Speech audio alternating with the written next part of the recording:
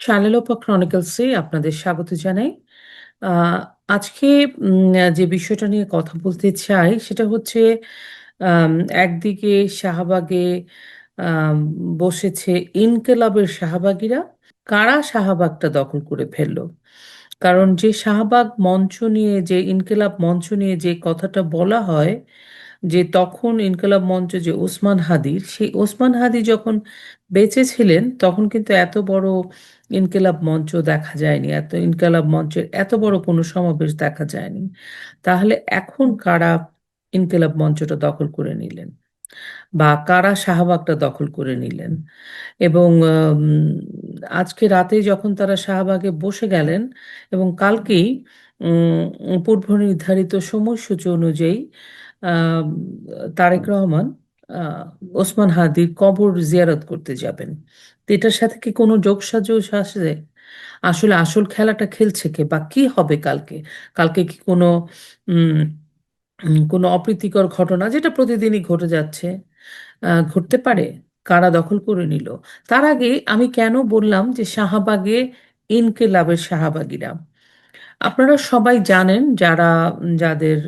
যারা প্রাপ্তবয়স্ক 18 বছরের ওপরে, তারা জানেন যে যুদ্ধাপরাধীদের বিচার যখন শুরু হয় তখন শাহবাগ নিয়ে নানা ধরনের প্রোপাগান্ডা চালানো হয়েছিল, নানা ধরনের। কারণ শাহবাগে ওই যুদ্ধাপরাধীদের বিচারের দাবিতে শাহবাগে সবাই জড়ো হয়েছিল, এবং সেখান থেকে আন্দোলনটা গোটা বাংলাদেশে ছড়িয়ে গিয়েছিল। এই বিচারের দাবিটা ছড়িয়ে গিয়েছিল কারণ কাদের মোল্লার বিচার যেটা দিয়েছিল, সেই বিচার সুষ্ঠু ছিল না, মানে ফেয়ার ছিল না। সেই জন্য সেই আন্দোলনটা শাহবাগ থেকে উদ্বুদ্ধ হয়েছিল। সে কারণেই শাহবাগ একটা আমাদের পবিত্র জায়গাও বটে, কারণ ওখানে একটা বাংলাদেশের যুদ্ধাপরাধীদের বিচারের দাবি এবং বিচারটা হয়েছে ওই জায়গা থেকে, উদ্ভূত হয়েছিল। সেই জন্য শাহবাগের একটা আলাদা পবিত্রতা বা আলাদা আবেগ কাজ করে বাঙালি জাতির মধ্যে। কিন্তু এই যে শাহবাগের কথাটা, তখন যে আজকের যে পরাজিত শক্তি যারা আজকে ক্ষমতায়, ইউনূসের নেতৃত্বাধীন, তারা ওই শাহবাগকে বারবার বিতর্কিত করার চেষ্টা করেছে। আম, অপরাধ ট্রাইব্যুনালকে, আন্তর্জাতিক অপরাধ ট্রাইব্যুনালকে বিতর্কিত করার চেষ্টা করেছে। আন্তর্জাতিক অপরাধ ট্রাইব্যুনালকে আম, এখন যে বিচারটা হচ্ছে সেটা করে, সেই প্রহসনের বিচার করে, ক্যাঙ্গারু ট্রায়াল করে সেই পুরনো বিচারিক প্রক্রিয়াকে প্রশ্নবিদ্ধ করার চেষ্টা করছে। আসলে সব সময় তো লেগেই আছে, কিন্তু সেই সময় শাহবাগে যারা কারণ আন্দোলনটা অনেক দিন ব্যাপী চলেছে এবং নারী পুরুষ নির্বিশেষে সবাই ওখানে, শিশু, আবাল বৃদ্ধ বনিতা মুক্তিযোদ্ধা সবাই ওখানে সমবেত হতেন, এবং সবাই ওখানে একটা আহ, অনেক অনেক মানুষের সমাবেশ ছিল। কিন্তু এই যে যুদ্ধাপরাধীদের দল জামায়াত ইসলাম এবং তাদের সহযোগী সংগঠনের মানুষরা ওই সময় শাহবাগকে নানাভাবে কলঙ্কিত করেছে, কলঙ্কিত করার চেষ্টা করেছে। ওখানে বলা হতো যে নারী পুরুষরা মেলামেশা করছে, নারী পুরুষরা ওখানে অসামাজিক কাজকর্ম করছে, ওখানে নানা ধরনের নেশাদ্রব্য গ্রহণ করে নারী এবং পুরুষেরা, এই ধরনের নানা কিছু অপবাদ কিন্তু শাহবাগে মানুষ, আন্দোলনকারীদের দেওয়া হতো। এবং তাদেরকে একটা নাম ছিল, সে নামটা হচ্ছে শাহবাগী। শাহবাগীরা নেশা খায়, শাহবাগীদের চরিত্র খারাপ, শাহবাগীরা গোসল করে না, অদ্ভুত অদ্ভুত সব প্রোপাগ্যান্ডা তখন ছড়িয়ে দেওয়া হয়েছিল। এবং এটা নিয়ে যে খুব একটা আহ, ওরাই বিশ্বাস করতো, কিন্তু সাধারণ মানুষ যে এটা নিয়ে খুব ভাবিত ছিল ব্যাপারটা তা না।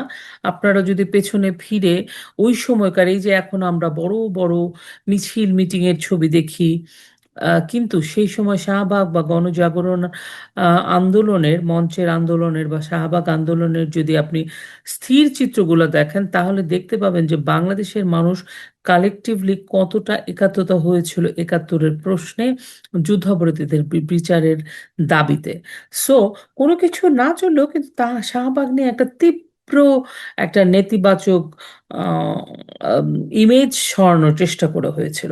এখন আমি আসি ওখানে তখন এরকমও শুনেছি বলতো ওখানে নাকি মানে অনেক বাজে বাজে কথা, অনৈতিক কাজকাম হয়। আম, অনেক ধরনের কোনো প্রমাণ ছিল না, কিছু ছিল না, চরিত্র হনন করছে, এর ছবি তার সাথে জুড়ে দিয়ে পাবলিক করে দেওয়া হচ্ছে। মানে কাউকে তারা বাদ দেয়নি। একটা মুক্ত চিন্তার বিচার, একটা প্রতিবাদ, একটা প্রতীকের জায়গা, সেই জায়গাটাকে একদম নষ্ট করে দিয়েছিল তারা। এবং তারা বলতো যে শাহবাগে শাহবাগে যে আন্দোলনের জন্য গোটা বাংলাদেশই শাহবাগে ছিল। এখন আমি আসি, তাহলে আজকে যে ইনকিলাব মঞ্চে নামে যে মঞ্চটা, যে শাহবাগে হাদি হত্যার বিচার চায়, তাহলে শাহবাগ কেন? এখন কি শাহবাগ ভালো হয়ে গেল? এখন কি শাহবাগের সেই ইমেজটা নাই, নাকি শাহবাগে না গেলে আহ ন্যায় বিচার পাওয়া যায় না? এখন শাহবাগ কেন? এখন শাহবাগ কি তাহলে? আয়রনিটা দেখেন, তাদেরকে যে বসতে হয় সে শাহবাগেই। বন্ধুরা, আম, এটা গেল একটা। তো আমার যেটা মূল আলোচনার আজকে বিষয় ছিল শাহবাগে ইনকালাব মঞ্চটা। আসলে ইনকালাব যখন হাদি মারা যায় বা হাদি মারা যাওয়ার আগে আমরা ইনকালাব মঞ্চ সাধারণ মানুষ জানতো না, হাদিকে সেটাও ঠিক মতো জানতো না। ইনকিলাব মঞ্চটা হঠাৎ করে এত বড় হয়ে গেল কিভাবে? এত মানুষের এত ওখানে নিয়ে নাকি আজ রাতে এখনো এখনো যদি ওখানে সবাই বসে আছে, কারা বসে আছে? ইনকিলাব মঞ্চটা জামাত দখল করে নিয়েছে? তাহলে আজকেই এই জায়গাটা কেন দখল করে নিল? এই শাহবাগে আজকেই কেন বসলো? কারণ কালকে সময়সূচি অনুযায়ী তারেক রহমান ওসমান হাদির কবর জিয়ারত করতে যাবেন। সেখানে আজকে কেন যে ওসমান হাদির ইনকিলাব মঞ্চ, জামাত, এরা সবাই মিলে ইসলামিক গ্রুপটা এখানে যে বসে গেল? তার মানে কি কালকের দিনটা খুবই আরেকটা আশঙ্কাজনক দিনের মতো হবে? অস্থির দিন, উৎকণ্ঠার দিন, উদ্বেগের দিন। এই রাজনীতিটা আসলে কারা করছে? এই রাজনীতির খেলাটা আসলে কারা খেলছে? এখানে কে বলির পাঠা হচ্ছে? সত্যি কথা বলতে খুনিদের গ্রেফতারের দাবিতে শাহবাগ আন্দোলন, শাহবাগে তাদেরকে আন্দোলন করতে হচ্ছে ইনকাব মঞ্চকে, এটাই তো একটা আম, এটাই তো একটা, মানে কি বলবো, এটা একটা আশ্চর্যের বিষয়। কেন আশ্চর্যের বিষয় বললো? যেই হত্যাকাণ্ড নিয়ে সারা দেশ তোলপাড়, যেই হত্যাকাণ্ডকে জাতীয়, মানে শহীদের মর্যাদা দিয়ে দিলেন ডক্টর ইউনূস, ওসমান হাদিকে, যেই হত্যাকাণ্ড নিয়ে পুরা মিডিয়া তোলপাড় দেশে বিদেশে, যেই জানাজা করা হলো অত আড়ম্বরের সাথে, সেই মানুষের খুনিদের বিচার খুনিদের এখনো ধরা গেল না। প্রথমে বলা হলো এই খুনিরা আহ, ভারতে পালায় গেছে, তারপরে বলা হলো যে খুনিরা দেশের ভিতরে আছে। আবার হাদির ভাই ভাই এবং বিভিন্ন সময় এনসিপির নেতারা বলছে খুনিরা সরকারের ভিতরে আছে, সরকারই হাদিকে খুন করে সেটাকে অস্ত্র হিসেবে ব্যবহার করছে। আসলে হচ্ছেটা কি? ওসমান হাদির বিচারের দাবিতে শাহবাগে বসতে হবে কেন? কারণ ওসমান হাদি তো একটা বিশেষ কেস আপনাদের কাছে, ডক্টর ইউনূসের কাছে, আমি ডক্টর ইউনূসের বলছি। সুতরাং ওসমান হাদির বিচারের জন্য তো শাহবাগে বসার দরকার ছিল না। বিচার মানে অপরাধী তো ইতিমধ্যে মানে ধরা পড়ার কথা। কোথায় গাফিলতি? নাকি মানে ধরতে চাচ্ছেন না? এগুলো সব একটা বাংলাদেশের মধ্যে অস্থিরতা বিরাজ করে রাখার জন্য এটা একটা প্রচেষ্টা। বন্ধুরা, এই সমসাময়িক সময়ে যে ওসমান হাদির মানে মানুষের যে মৃত্যুও যে ডেড বডি নিয়ে, মৃতদেহ নিয়ে যে কতটা পলিটিক্স হয়, কতটা রাজনীতি হয়, এটা ইউনূস গভর্নমেন্ট আরো ভালো করে আমাদেরকে বুঝিয়ে দিলেন। ওসমান হাদি মারা যাওয়ার সাথে সাথে সেই সময়টাতে দীপু চন্দ্র দাসকে জ্বালিয়ে পুড়িয়ে নির্মমভাবে হত্যা করা হলো। কিন্তু তাকে নিয়ে এই বর্বর হত্যাকাণ্ডের জন্য সরকারের কোনো ধরনের কোনো হেলদোল আছে বলে মনে হয় না। তারা বিচলিত না। তারা রাজনীতি মানে কেন দীপুচন্দ্র দাস কি কোনো মানে তাদের ইউনূসের দীপুচন্দ্র দাসের হত্যা নিয়ে ইউনূসের বা ইউনূস গভর্নমেন্টের বা আসিফ নজরুলের বা আইন বিভাগের বা বিচার বিভাগের বা সাধারণ মানুষের যারা ইউনূসের সাথে আছে তাদের হেলদোল নাই কেন? কারণ দীপুচন্দ্র দাস দিয়ে লাভ হবে না কোনো, ওনাদের কোনো ফায়দা নাই। এই জন্য একই সময় দুটো মানুষ মারা গেল। একটা মানুষকে মেরে ফেলা হলো প্রকাশ্যে পুড়িয়ে, কিন্তু কোনো কথা নেই। রাজধানীর নিউ স্কটন রোডের উড়াল সড়ক থেকে ছোড়া ককটেল বোমার আঘাতে সিয়াম মজুমদার নামে মাত্র 21 বছর এক তরুণ নিহত হলো। সেই নিহতের ঘটনা মনে হয় যেন কোনো আলোচনাতে জায়গা জায়গা পেল না। কোনো মিডিয়া বলে না, সরকার বলে না, কেউ বলে না। একটা রিক্সাওয়ালার ছেলে, মানে এই জান, দীপুচন্দ্র দাস, সিয়াম, এদের জানের কোনো মূল্য নেই। ওসমান হাদির জানের মূল্য আছে। ওসমান হাদি কে? জাস্ট বিকজ এই সময়টাতে মুক্তিযুদ্ধের বিরোধী শক্তি ক্ষমতায় আছে, ওসমান হাদি সেই মুক্তিযুদ্ধকে বিশ্বাস করতো না। সে ইনকিলাব বাস্তবায়ন করতে চাইতো। সে একাত্তরকে মুছে দিতে চাওয়ার আন্দোলনে নেমেছিল। তার চেতনা ছিল 47 আর 24। সেই কারণে ওসমান হাদিকে নিয়ে এত এত আধিক্যেতা। ওসমান হাদির মৃতদেহ নিয়ে সিয়াম বা দীপুচন্দ্র দাশের মৃত্যুকে মৃত্যু নয়, তারা মানুষ নয়। এই ঘটনার পরে মানে প্রতিটা মুহূর্তে প্রতিটা মুহূর্তে দেখা যাবে যে, মনে করেন, চলছে, হত্যা চলছে, আগুন অগ্নিসন্ত্রাস চলছে। আজকেও দেখলাম কোথাও একটা আম, কোনো একটা কনসার্ট হবে, সেখানে যে মারামারি, মানে সারাটাক্ষণ মারামারি, অগ্নিসংযোগ মানে চলছে। কিন্তু শুধুমাত্র ওসমান হাদির বিষয়গুলো নিয়ে তাদের এই সরকারের মাথা ব্যথা। ওসমান হাদি আহ, মানে খুবই গুরুত্বপূর্ণ ব্যক্তি। আরেকটি হিন্দু ছেলেকে মেরে ফেলা হলো। এই যে দীপুচন্দ্র দাসের এত কথা, এত কিছু হওয়ার পরেও আরেকটি হিন্দু ছেলের কে হত্যা করা হলো। এদেরকে নিয়ে তো কেউ কথা বলে না। এরা কি বাংলাদেশের নাগরিক না? আর এই যে এখন এই মুহূর্তে যে শাহবাগে, আসলে তো এটা বোঝাই যাচ্ছে এটা জামাতিরা, ইনকিলাব মঞ্চের আড়ালে জামাত জামাত এবং তাদের সহযোগীদের আসলে বাংলাদেশের মানুষ বর্জন করেছে। এটা ওরা আবারও বুঝতে পেরেছে। সেই কারণে যখনই কোনো মব দেখে, যখনই কোনো জমায়েত দেখে, ওখানে তারা যে তাদের যে লোক বল আছে সেটা নিয়ে বসে পড়ে। এখন নাকি তারা আবার সমাবেশ করার ডাক দিয়েছে। যেহেতু তারেক রহমানের সমাবেশটা হলো, তারেক রহমান বাংলাদেশে গেছে, আমি নিজে পার্সোনালি তারেক রহমান ওসমান হাদির কবরস্থানে যাবে, জিয়ারত করবে, সেটা তারেকের ব্যাপার। কিন্তু আমি পার্সোনালি এটাকে সাপোর্ট করি না। কারণ আপনি যদি একটা ভবিষ্যতের প্রধানমন্ত্রী হওয়ার কথা আপনি চিন্তা করতেছেন, আপনার দল বলতেছে ভবিষ্যতের প্রধানমন্ত্রী, সেখানে আপনি এক পেশে তো হতে পারেন না। মুখে বলবেন আপনি সমস্ত হিন্দু, বৌদ্ধ, খ্রিস্টান, আদিবাসী সবাইকে নিয়ে বাংলাদেশ, কিন্তু আপনার আচরণে আপনি যাবেন শুধু ওসমান হাদির কবরে, সেটা তো হয় না। আপনার উচিত ছিল সবার জন্য একটা সম্মিলিতভাবে কিছু একটা করা। আপনি তো ওসমান হাদির কবরে গিয়ে আবারও সেই 17 বছর আগের আহ, তারেক রহমানের আহ, খেলাটাই শুরু করলেন মনে হলো। যাই হোক, সেটা সময় বলে দিবে। কিন্তু আমার কথা হচ্ছে, কালকে যেহেতু তারেক রহমান যাবে, তারেক রহমান আসার পরে যে নতুন উত্তেজনা বিএনপির মধ্যে শুরু হয়েছে, এমনিতেই তো অনেক মানুষ হবে সেখানে। আজকে যখন শাহবাগটা এই জামায়াত ইসলাম, ইনকিলাব মঞ্চ এরা দখল করে নিল, এখান থেকে আসলে আগামী কালকেটা কেমন যাবে বাংলাদেশে, কি হবে? বাংলাদেশে ওসমান হাদি নিয়ে সে তারেক রহমানেরও অনেক বেশি আধিক্যতা, আমি বলবো আধিক্যতাই। বাংলাদেশের বহু মানুষের এই আধিক্যতা দেখা যাচ্ছে কেন? বাংলাদেশে কি ওসমান হাদি প্রথম খুন হয়েছে?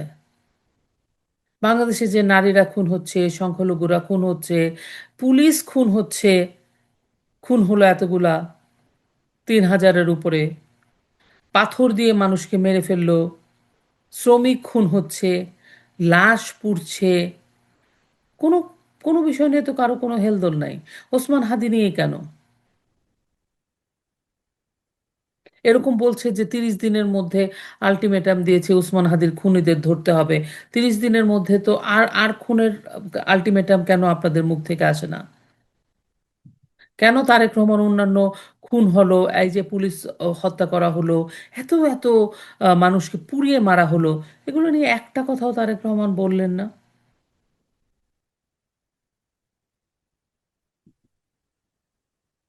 এই যে আজকে আমার কাছে যেটা আমি আজকে চিন্তা করছিলাম কি নিয়ে কথা বলবো। আমার কাছে মনে হলো যে কালকের দিনটা খুব গুরুত্বপূর্ণ। কারণ কালকে তারেক রহমান হাদির কবরে যাবে। আ তারপরে শাহবাগে দুঃখিত। শাহবাগে এরা যে বসছে জামাত, ইনকেলাব এরা সবাই। আ এটা নিয়ে আমার মনে হয় যে সামনের দিনটাতে আসলে দিনগুলোতে একটা ভালো কিছু আসছে বলে আমার মনে হয় না।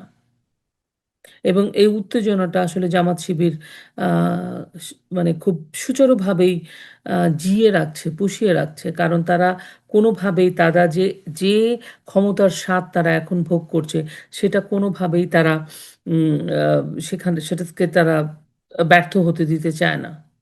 তারা যেকোনোভাবেই হয়তো চাইছে তারেক রহমান যদি নির্বাচন হয় বন্ধুরা আমি শুরুতেই বলি এই নির্বাচনটা এই সেটআপে আওয়ামী লীগকে বাইরে রেখে ১৪ দলকে বাইরে রেখে এই নির্বাচনটা এভাবে হলে আন্তর্জাতিকভাবে এই নির্বাচন গ্রহণযোগ্য হবে না। আবারও আন্দোলন হবে। সুতরাং এই নির্বাচনটা এভাবে তারেক রহমানের ১ম এই এটাকে মানে আ নির্বাচন কমিশন বা সবার সাথে বসে এটা ঠিক করা উচিত। যদি উনি একজন ইফ আ উনি একটা উনি বললেন না উনার হি হ্যাজ a প্ল্যান। তো এই প্ল্যান গুলাকে উনার সামনে রাখা উচিত। প্রায়োরিটি বলে তো একটা কথা আছে। সো এই নির্বাচনটা হলে এই নির্বাচন গ্রহণযোগ্য হবে না। আবারও গন্ডগোল শুরু হবে। এটা গেল একটা। কিন্তু তারপরেও যদি নির্বাচন হয়, নির্বাচন মানুষ অনেকেই হয়তো চায় দেশে একটা স্টেবিলিটি আসবে। কিন্তু সেই নির্বাচনটা আসলে তারেক এই জামায়াত ইসলাম এবং তার সহযোগী সংগঠনেরা ইসলামিক দলগুলো এবং ইউনূস নিজেও চান না। ইউনূস চান না, ইউনূসের বাহিনী চায় না। কারণ আ তাদেরকে তাহলে ক্ষমতা ছেড়ে দিতে হবে। অনেকের সেফ এক্সিট আছে, অনেকের সেফ এক্সিট নেই। আর জামাত চায় না কারণ তারা জানে যে তারা আসলে স্বাভাবিকভাবে স্বতঃস্ফূর্ত নির্বাচন হলে, ভোট হলে তারা নির্বাচনে জয়ী হয়ে আসতে পারবে না। এবং এই যে আজকে তারা ইনকিলাব মঞ্চটা দখল করে বসলো, এটার একটা হয়তো আগাম বার্তা দিতে চাইলো বা নির্বাচন বানচাল করারই একটা প্রচেষ্টা হয়তো জামায়াত ইসলাম করছে। ইনকিলাব মঞ্চের ব্যানারে। তো এসব আসলে সত্যি কথা বলতে মানুষের ইমোশনটাকে এরা কাজে লাগাচ্ছে। একটা ডেড বডিকে এরা কাজে লাগাচ্ছে। আর কিছু নয়। সো বন্ধুরা সবকিছু মিলিয়ে আম যে রক্তের রাজনীতি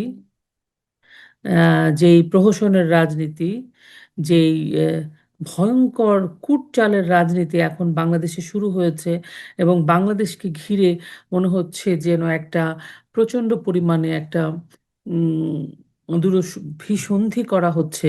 সেখানে আ তারেক রহমান, আ জামাতের আমির, তারপরে আ এটাকে কি বলে? ইউনূস, এনারা সবাই একেকজন একেকটা ভূমিকা পালন করছে।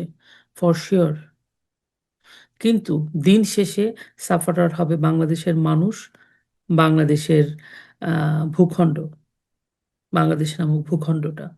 সো আমরা আশা করব সবকিছু ভালো হোক এবং আবারও বলছি শাহবাগে শাহবাগী নামে ইনকিলাব মঞ্চ আ শাহবাগ দখল করেছে।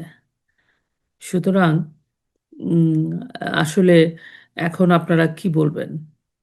সেই শাহবাগীদের একটা আ একটা ন্যায় বিচারের দাবিতে যখন শাহবাগে আন্দোলনটা জমে উঠেছিল, তখন যেভাবে শাহবাগের নারী, পুরুষ বিশেষ করে নারীদের যেভাবে আপনারা লাঞ্ছিনা দিয়ে লাগিয়েছিলেন, যে মিথ্যা প্রোপাগান্ডা করেছিলেন, আজকে সেই শাহবাগে আপনাদেরকে যেয়ে বসতে হলো। এটাই হচ্ছে একটা আপনাদের বোধহয় ইতিহাস এভাবেই রিপিট হয়। আপ আপনাদেরকে শাহবাগে যারা বসেছিল তারা আসলে আ কোনো মানে হিংসা, বিদ্বেষ এগুলো করে না। কারণ পাশেই গোলাম আজম শুয়েছিল। সারাক্ষণ যুদ্ধাপরাধীরা পিজি হাসপাতালে ইব্রাহিম কার্ডিয়াকে আসতো। কোনো ধরনের কোনো সহিংসতা হয়নি।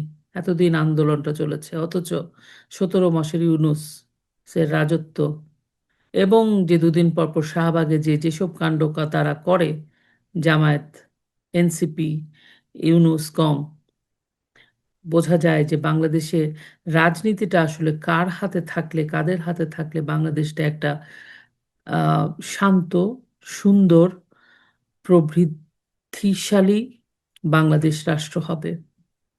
আপনারা সবাই ভালো থাকবেন, সুস্থ থাকবেন, সাবধানে থাকবেন।